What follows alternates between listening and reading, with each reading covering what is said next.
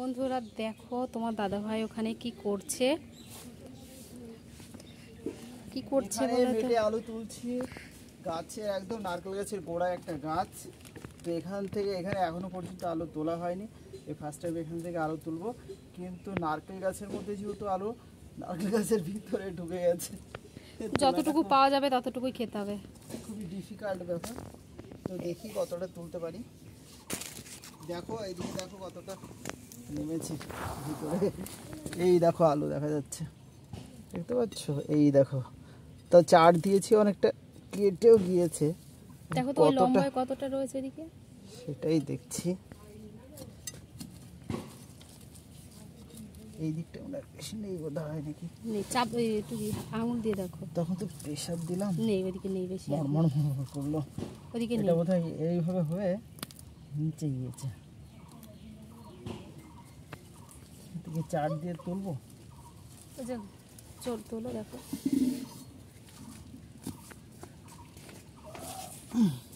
এর মধ্যে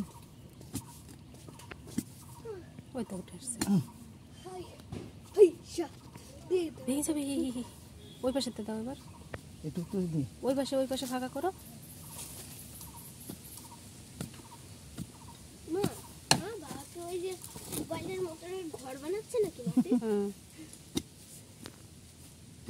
জনের দাম দিবি বাবা? হ্যাঁ, কি জনের দাম?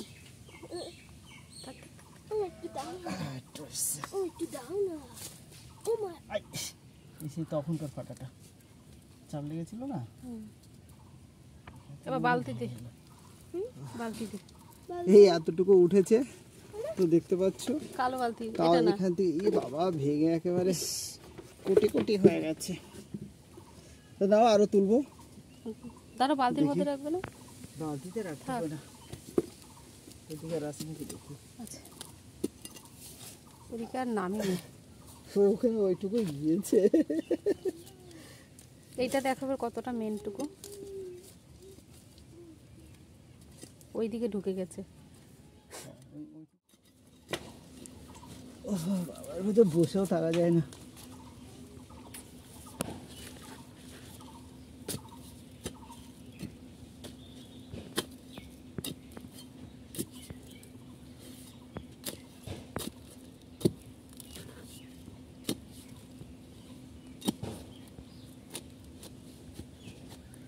আলু এখানে নামতো কিন্তু আলু, কিন্তু গাছের শিকড়ের জন্য 2 বছর লাগানো আলুটা।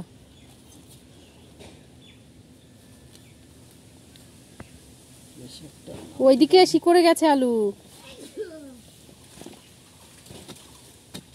হ্যাঁ রয়েছে, অনেকটাই ভিতরে আছে দেখে বোঝা যাচ্ছে। এতটুকু যখন তখন অনেকটাই ভিতরে আছে, অনেকটা আছে এখনো। তো চলো দেখতে থাকো।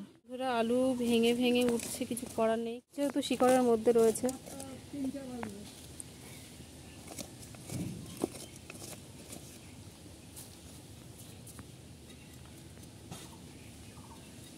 শিকড়ের মধ্যে আলু তোলা ভীষণ কষ্ট।